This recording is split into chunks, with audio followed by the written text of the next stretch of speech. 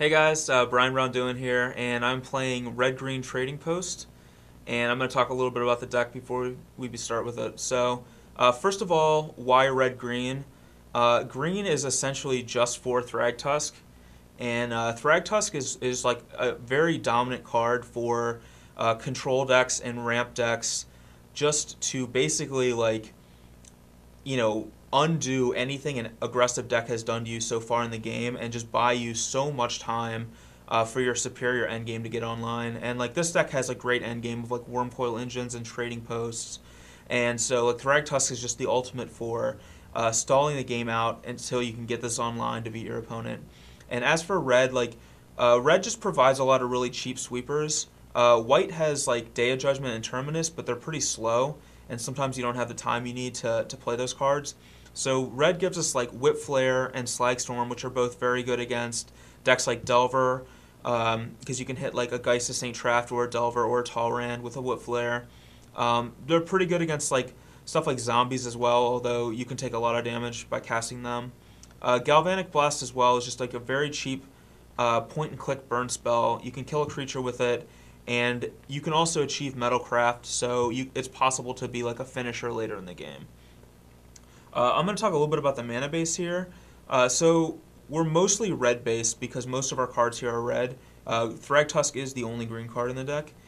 But we also have a ton of colorless lands. So we have 4 Cavernous Souls because against Delver, you want to ensure that your creatures resolve, and since the mana requirements in this deck are pretty easy, you can afford to play the Caverns. And one of the ways you can lose against Delver is just they counter your Thragtusk with a Mana Leak, and then they play Snapcaster Mana Leak on your Wormcoil Engine. But Cavernous Souls really helps prevent that, and it's also a way to cast Phyrexian Metamorph without taking damage, which is sometimes relevant. Phyrexia's Core is kind of the best colorless land in the deck because it kind of serves as an additional trading post in some situations. You can sack your Wellsprings to draw extra cards or get other lands, and gains you a little bit of life. You can sack a Wormcoil Engine in response to a Vapor Snag or something like that. Ghost Quarter is really good against Wolf Run, and having 2 in the deck means if you metamorph their Primeval Titan, you can get both Ghost Quarters, and that ensures you won't die to an Inkmoth Nexus or Kestic Wolf Run. Buried Ruin is just kind of a Miser's one-of. It's good for getting back a Wormcoil Engine or a Trading Post or a Metamorph, in situations where you don't actually have a real trading post to do the job for you. So I'm going to talk about some of the cards we have here. We have 3 Pristine Talismans. They just kind of help ramp you up, and the life gain is surprisingly relevant. Over the course of the game, it can really add up. The 6 Wellsprings here are just kind of your enablers. Mycosynth will fetch you the Singleton Forest,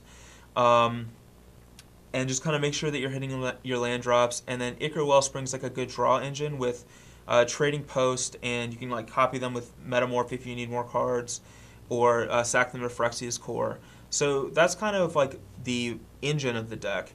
And then at the top end we have 4 Thragtusk and 3 Wormcoil Engines. These are the finishers, and 4 Trading Posts, and these are what the deck is built to use. And Trading Post just does so much in this deck because you can use all 4 of the abilities on Trading Post to good effect. You can recur Phyrexian Metamorphs over and over again with it. It just gives you so much value every turn it's in play. And the last artifact we have is Tumble Magnets, and these are just here to buy us time. They're really good against stuff like a Giralf's Messenger, or you want this against a Primeval Titan or any of the creatures in Wolf Run ramp. It's also very good against Birthing Pod because since Birthing Pod can only be activated as a sorcery, you can use Tumble Magnet to tap it down in their upkeep and prevent them from using it. And now I'm going to talk a little bit about the sideboard here. We have a couple extra sweepers, Slagstorm and Blasphemous Act. These just come in against decks where we want these. Another Metamorph. Metamorph also is great at copying legendary creatures, or if your opponent's playing something even bigger than your deck, like Primeval Titan, you want this extra Metamorph.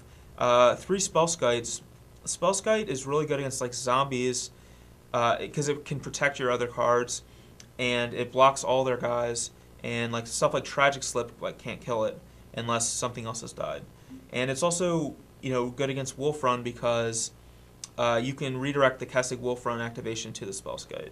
And you can redirect their artifact hate cards that might target like some of your better artifacts to Spellskite. Ratchet Bombs for decks like Delver.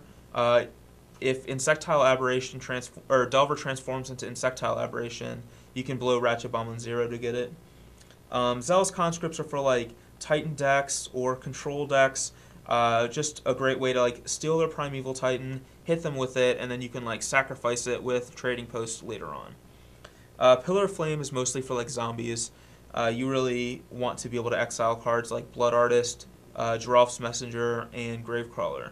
And then the Spine of Ishja is just for decks that are similar to this one, that are just kind of slower, controlling oriented.